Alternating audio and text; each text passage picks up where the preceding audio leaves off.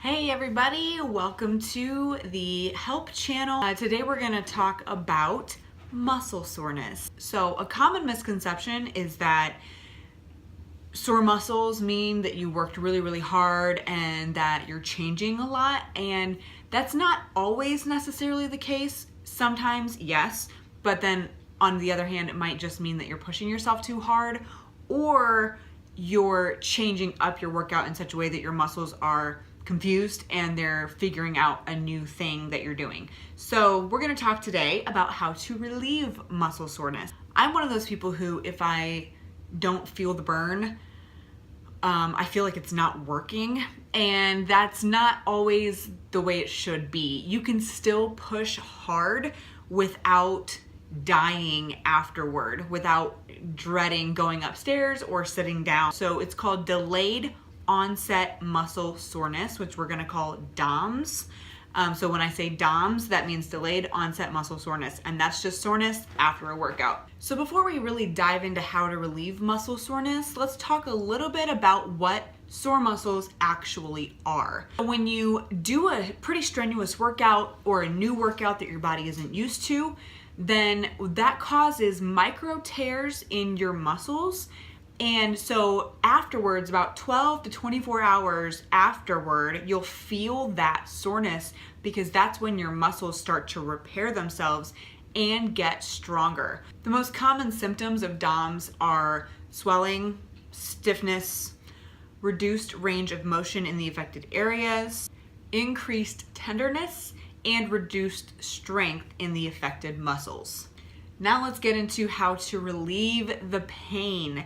So even if you are doing a strenuous workout, if you change it up or you overwork it, you're going to feel some soreness afterwards. So these few tips will just help you kind of get ahead of that so you can get back to your life without walking like you're 100 years old. So here are 8 easy ways to prevent and ease post-workout muscle soreness. First, stretch. After the workout, normally, especially like with DVD workouts, like with Beachbody, you always stretch. Every single time they say never skip the cool down. After you work out, you need to stretch. Your muscles are warm, they're loose, and so when they start to repair themselves, a lot of times they can get very tight and start to really grip together. So you want to stretch and make sure that they're nice and loose and limber so they're cooled down in such a way that doesn't make them want to shrink up and shrivel up. The second one is a foam roll. So you might see in the workout section of Walmart or wherever you shop, Target, the foam rollers. They're usually about this big. They can be bumpy, they can be smooth, but they're pretty stiff. So how you use those, there are YouTube videos galore. You can Google it. Basically, you just want to put it underneath the affected muscle area and just increase pressure and roll back and forth. I recommend doing it about 5 times for each area. So you just start at the calves, roll about 5 times, and then just work your way up. So you have your calves, then your hamstrings, and then your gluteal region. Then you can do your back.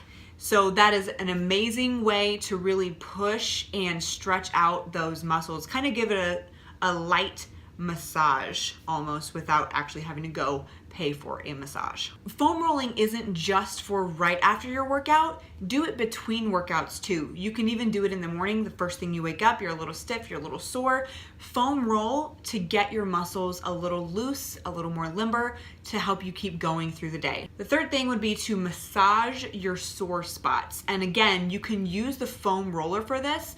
And I recommend in this area doing it between workouts. So you can even do it in the morning when you first wake up, you're a little sore, you're a little stiff. Just foam roll again, just like you did the night before or the day before whenever you work out. I usually do it in the mornings. And just roll out. And then that will help your muscles to get loose and limber and help you to kind of go throughout your day without feeling super stiff. So number 4 is to eat for rapid recovery. What you eat does play a part in how you recover. Our food is really the biggest factor in our fitness regimen.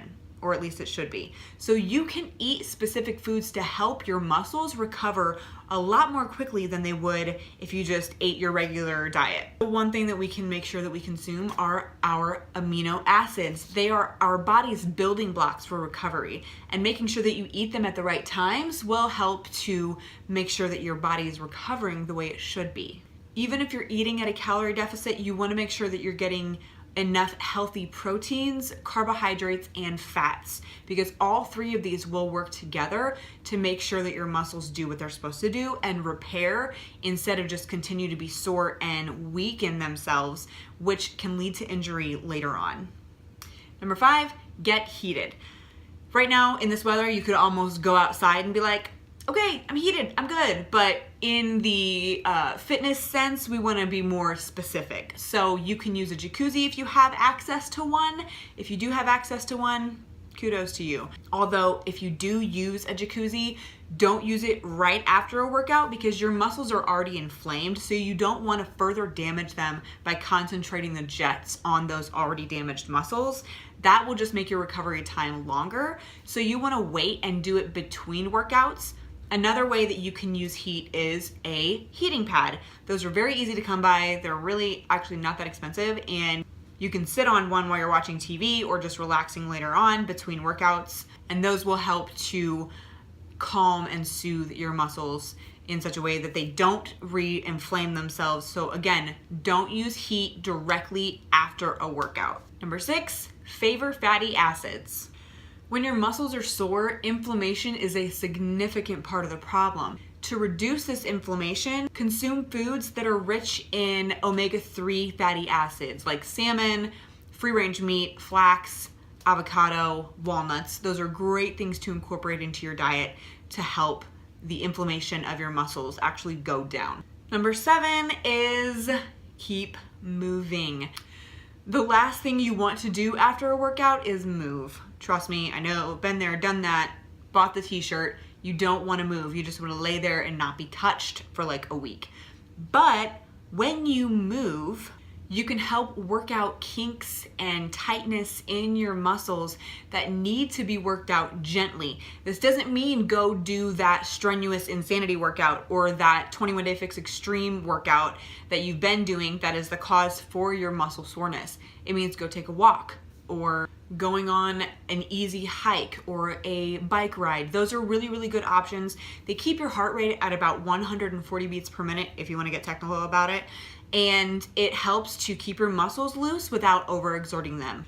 A really good tip in figuring out if you're actually overexerting yourself when you shouldn't be is try to have a conversation. Even if you're by yourself, try to talk. And if you feel really winded, like you can't really talk very well, then you want to dial it back a little bit because you're overexerting yourself.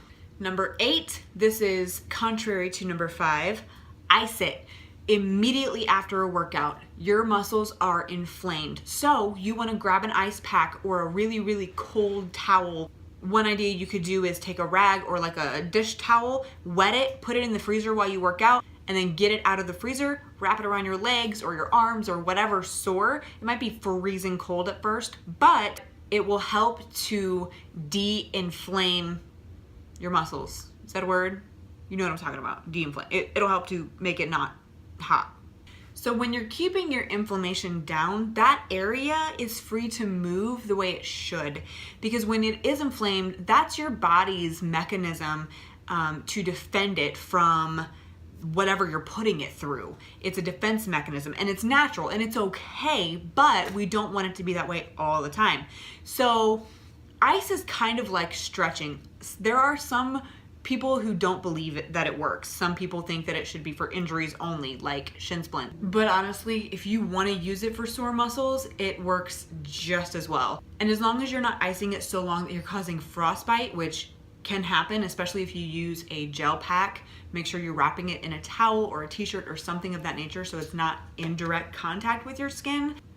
it actually really does help to speed up the healing process. So those are my 8 tips. Hopefully you can use those later on in your life somehow, maybe today, maybe tomorrow when you work out. If you're not working out, contact me and I will get you on that train because it's amazing. The fitness train, it's amazing.